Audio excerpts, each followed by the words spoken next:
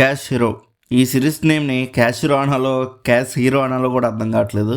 ఇది ఒక Korean series. నెట్ఫ్లిక్స్లో తెలుగు డబ్బింగ్లో స్ట్రీమింగ్ అవుతుంది 8 ఎపిసోడ్స్తో.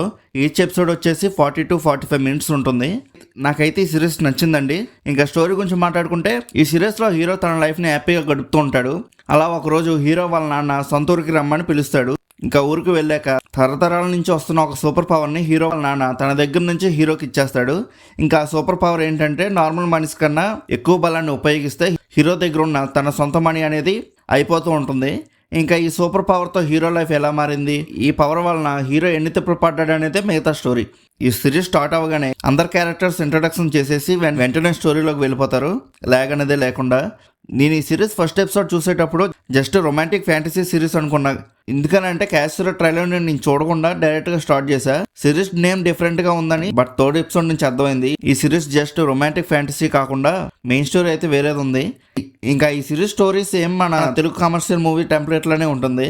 ఈ సిరీస్ ఎక్కడా బోర్ కొట్టలేదు, చాలా ఇంట్రెస్టింగ్గా వెళ్ళిపోతూ ఉంటుంది లాస్ట్ ఎపిసోడ్ వరకు. నేను క్లైమాక్స్తో కొద్దిగా డిసప్పాయింట్ అయ్యా. ఎందుకనంటే నేను క్లైమాక్స్ భారీగా ఎక్స్పెక్ట్ చేశా, కానీ నేను అనుకున్నంతగా లేదు. అంటే క్లైమాక్స్ బాగోలేదని కాదు, బాగుంది, కానీ నేను అనుకున్న రేంజ్కి రీచ్ అవ్వలేదు అంతే. కానీ క్లైమాక్స్ యాక్షన్ సీక్వెన్స్ అనేది కొద్దిగా బెటర్గా చేయాల్సింది. ఈ సిరీస్లో emotional scenes and comedy scenes చాలా బాగా వర్కౌట్ అయ్యాయి. యాక్షన్ సీక్వెన్సెస్ కూడా చాలా బాగున్నాయి. ఇంకా ఓవరాల్గా సిరీస్ ఎలా ఉందని అడిగితే నచ్చిందండి నాకు. ఒకవేళ మీరు కూడా ఈ సిరీస్ చూస్తుంటే మీకు ఎలా అనిపించిందో కింద ఉన్న కామెంట్ సెక్షన్లో చెప్పండి.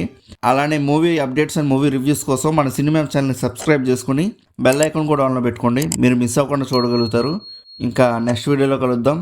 బాయ్.